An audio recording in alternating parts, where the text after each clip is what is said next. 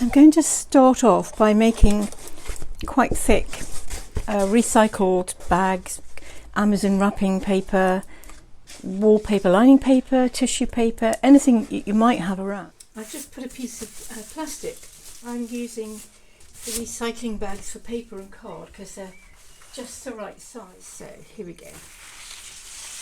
That's a pile of lining paper, and here's a pile of tissue paper. Here's the glue. So start to put it on. This is quite good because it will go through and just hold itself in place through the weave. Just a little bit, not too much, so that it can be taken off when the time comes. So I'm going to put tissue paper down. I think PVA glue is pretty good. So I just put a little bit of the tissue paper down. You can see this PVA I've mixed with water. It's about 50-50 actually. Wallpaper lining paper is much thicker, and it's possible to just put it in like that and dip it in and then put it across like that. Another way of doing it, which I'll just show you in a moment, is actually wetting the paper and then letting it dry out a bit, and then you can put tissue paper on top, which as you see will just soak it up. What I'm aiming to make is a board. Well, I call it a board. It's quite thick, it's nice and thick. And then what I do is I cut out a circle and I cut it to the middle as a radius, and then you can do that and create a conical shape like that. And then we will stick something, this is just a plastic container, underneath. The whole thing will get stuck down with tape, covered with baker foil and cling film. And then it will be a mould to work on top of ad infinitum to make all sorts of shapes.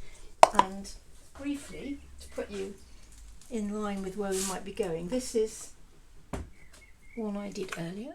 And the nice thing is it has a hole there, which means that it's had about 7 or 8 layers on, and I've taken it off the original mould.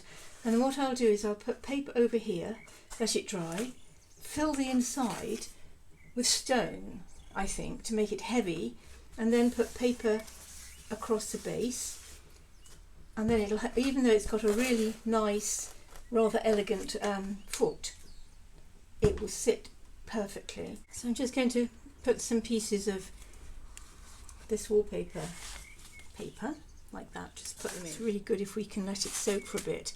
It becomes almost like fabric. Lovely thing to work with. So this is a layer of tissue paper with PVA glue, followed by a layer of ripped up intersections white wallpaper lining paper, creamy colour, and then another layer of tissue paper, sort of sandwich. And then I'm going to leave this to dry, and then I shall repeat it about 6 or 7 times, and then I think it will be strong enough to use to make the basic shape on which to build up the future papier-mâché dishes. It's also a great thing, you can then put papier-mâché paste all over it, you can roll into it, impress things into it. So I've got a few pieces of paper here, maybe about 80, and I want to dry it out thoroughly, so I'm going to use an iron. I've taken the plastic off my painted display board, and on top of it I've put a thick cotton, sofa spread, and then the webbing goes back on here, the mat, and this goes on here. Not only does it get it completely flat and get all the air out, it also gives it a nice smooth surface, and you know for a fact that it's dry. So I'm just going to carry on doing this. I put some layers of brown paper on as well, but they're very easy just to sort of break down like that. What I do is I just fold them, and then I just tear them up so that I've got lots of bits of paper, and then I just store them in a carrier. Even though I've just dried it off and ironed it, that was to get the previous water content out and make the glue firm. But one could use an old credit card or something and just pull it down, and you'll find now that's this is a paper bag which is softer, and so I overlap them slightly and then carry on working my way down.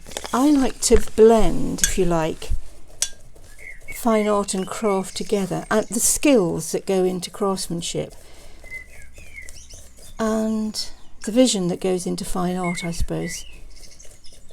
But I need to switch, I suppose. What I'm saying is I need to switch between painting, writing and making. And making for me is like the sort of the grounded element where it pulls you back down, it roots you, because you are in touch with all the different processes. If you want to dry it quickly, you can just cover it with a sheet of newspaper or something, and then you can put the iron on it and just dry into it like that. So I think, what did I say, I had about 5 sheets on. I'll try and put another 5 on, and I mean I could start working with it now. It is flexible and yet stiff enough to start moulding into the bowl shapes that I want to do, and the platters and things, but I think I'm just going to make it a little bit stiffer. And also I wanted to show you the iron technique.